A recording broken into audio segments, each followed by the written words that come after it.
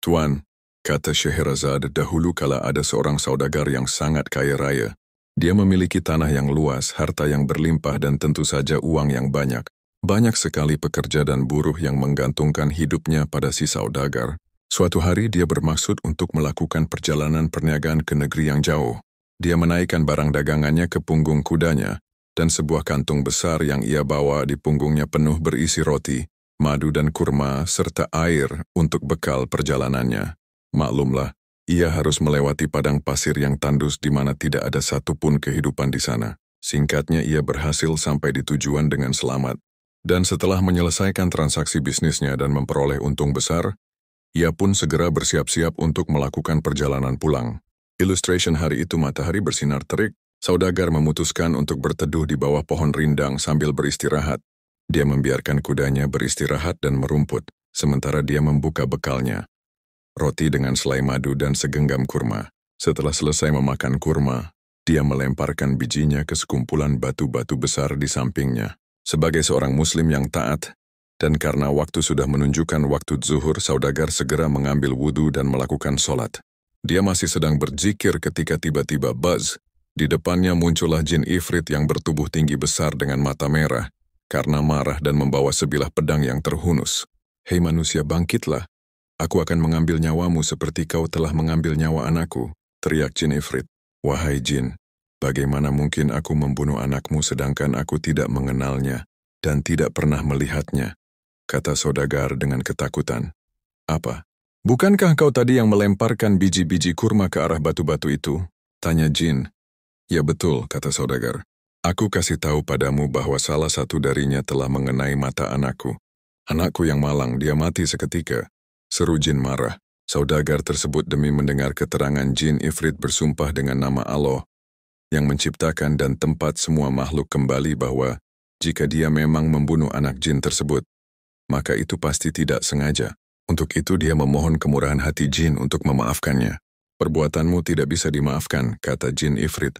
Dia lalu menyeret saudagar tersebut, membantingnya ke tanah dan bersiap menebasan pedangnya ke leher saudagar. Saat itu Scheherazade menyadari bahwa pagi telah datang, dan bahwa sudah tiba waktunya bagi Sultan untuk bangun. "Oh kakak, sungguh cerita yang sangat menarik," kata Dinarzade. Dan akhir ceritanya lebih menarik lagi dan lebih mencengangkan. "Aku akan menceritakan sisanya nanti malam jika saja Sultan mengizinkanku hidup 1 hari lagi," kata Scheherazade. Sultan Syahriar yang turut mendengarkan cerita Scheherazade dengan seksama juga merasa penasaran dengan akhir kisah tersebut, maka ia memberikan izin dan menunda kematian Scheherazade. Sultan pun bangkit dari tempat tidurnya, melaksanakan sholat subuh lalu bersiap-siap menuju majelisnya. Pada Wazir Agung yang semalaman tidak bisa tidur karena memikirkan nasib putrinya, menunggu kedatangan Sultan dengan badan gemetar. Betapa leganya sang wazir ketika Sultan tiba dan tak sedikit pun menyinggung hal mengenai putrinya. Sultan menghabiskan hari itu seperti biasa, menjalankan roda pemerintahan, dan ketika malam tiba, ia kembali ke kamar untuk beristirahat bersama Scheherazade. Seperti malam sebelumnya, Dinarzade membangunkan kakaknya 1 jam sebelum pagi tiba dan memintanya untuk melanjutkan kisahnya. Sultan yang juga sudah tidak sabar menunggu akhir kisahnya, menyuruhnya segera bercerita. Maka Scheherazade pun meneruskan kisahnya. "Tuanku, ketika menyadari bahwa dirinya akan dibunuh, saudagar itu menangis pilu dan berkata pada jin bahwa dia percaya pada takdir Allah, dan jika ini memang sudah digariskan, maka dia tidak akan mampu menolaknya. Atas izin Allah, aku meminta engkau memberiku sedikit waktu untuk menyelesaikan urusanku," kata saudagar. "Aku memiliki utang yang harus dibayar. Aku juga memiliki harta, anak dan istri, juga beberapa karyawan yang menjadi tanggunganku. Izinkanlah aku pulang ke rumahku dan menyelesaikan semuanya. Jika semua sudah selesai, aku berjanji atas nama Allah, aku akan kembali ke sini dan kau boleh membunuhku." "Bagaimana kalau kau mengingkari janjimu?" tanya jin. "Aku bersumpah dengan nama Allah yang menciptakan aku dan kamu, aku tidak akan mengingkari janjiku," kata saudagar. "Baiklah, berapa lama waktu yang kau butuhkan?" tanya jin. "Tidak lebih dari 12 bulan. Awal tahun depan aku akan kembali ke sini dan menyerahkan nyawaku," kata saudagar. Akhirnya jin ifrit mengabulkan permintaan saudagar dan menghilang dari pandangan. Saudagar, setelah sembuh dari rasa takutnya, segera menaiki kudanya dan kembali meneruskan perjalanan pulangnya. Setibanya di rumah, Istri dan anak-anak saudagar menyambutnya dengan sukacita, tapi bukannya membalas pelukan hangat mereka.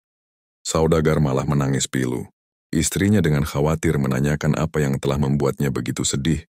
"Bagaimana aku tidak sedih? Aku hanya akan hidup setahun lagi," katanya. Dia lalu menceritakan kejadian yang menimpanya di perjalanan. Mendengar hal itu, keluarganya sangat bersedih. Namun saudagar itu meyakinkan keluarganya bahwa itu adalah kehendak Allah yang tidak bisa dihindari. Esoknya saudagar segera membereskan semua utangnya. Ia memberikan hadiah-hadiah untuk semua temannya, memerdekakan banyak sekali budak-budaknya, membagi warisan untuk istri, anak-anak dan keluarganya, mencarikan wali untuk anak-anaknya yang masih kecil, dan mempercayakan semua propertinya kepada istrinya. Setahun berlalu dengan cepat. Kini tiba saatnya saudagar untuk berpamitan kepada anak dan istrinya. Dibawanya sehelai kain kafan untuk membungkus mayatnya. Mereka tidak dapat menahan kesedihan dan tidak rela melepas kepergian saudagar. Mereka memaksa untuk ikut pergi dan mati bersama-sama. Namun sang saudagar berkata kepada anak-anaknya, "Anak-anakku, aku pergi untuk menepati janjiku kepada Allah. Banggalah dan tabahlah. Ingatlah bahwa mati adalah takdir bagi semua makhluk yang bernyawa." Setelah berkata demikian, saudagar mengucapkan salam dan pergi meninggalkan mereka. Akhirnya saudagar tersebut tiba di tempat yang telah ia janjikan. Dia menanti kedatangan jin ifrit di bawah pohon tempat dia dulu berteduh, dan menunggu kedatangan jin ifrit dengan perasaan yang sulit untuk dilukiskan. Saat ia menunggu, tiba-tiba datang seorang syekh yang membawa seekor rusa menghampirinya. Syekh tersebut mengucapkan salam dan mendoakannya semoga berumur panjang. Ini adalah arti dari Assalamualaikum warahmatullahi wabarakatuh, Red. Lalu bertanya apa yang sedang dilakukan saudagar tersebut di tempat yang merupakan sarang jin. Saudagar itu berkata bahwa dia memang sedang menunggu jin yang akan membunuhnya. Lalu menceritakan kejadian yang telah menimpanya. Syekh tersebut sangat kagum mendengarnya.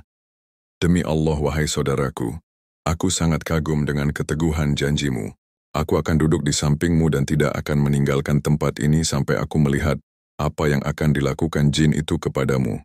Tidak berapa lama, datanglah lagi seorang syekh yang membawa 2 ekor anjing hitam di tangannya. Setelah mengucapkan salam dan mendengar cerita mengenai si saudagar, syekh yang kedua ini pun memutuskan untuk ikut menunggu bersama mereka berdua. Demikian pula ketika datang syekh ketiga yang membawa seekor kuda, dia pun memutuskan untuk ikut menunggu kedatangan jin ifrit. Akhirnya ketika matahari sudah menciptakan bayangan panjang, datanglah jin ifrit dengan matanya yang menyala dan pedang terhunus. "Serahkan nyawamu, hari ini aku akan membunuhmu seperti kau membunuh anakku," seru jin sambil menyeret saudagar hingga jatuh di tanah. Saudagar tersebut menangis dengan sangat memilukan hingga ketiga. Syekh pun turut merasakan kepedihannya. Syekh yang pertama menjatuhkan badannya di hadapan ifrit dan berkata, "Wahai raja dari semua jin, dengan segala kerendahan hati, kumohon bersabarlah sebentar dan dengarkanlah kisahku dengan rusa yang kubawa ini. Jika kau merasa ceritaku lebih menarik dari kisah saudagar yang hendak kau ambil nyawanya, maka ringankanlah sepertiga dari hukumannya." Setelah berdiam diri sejenak, akhirnya jin itu menjawab, "Baiklah." Maka syekh yang pertama itu menceritakan kisahnya.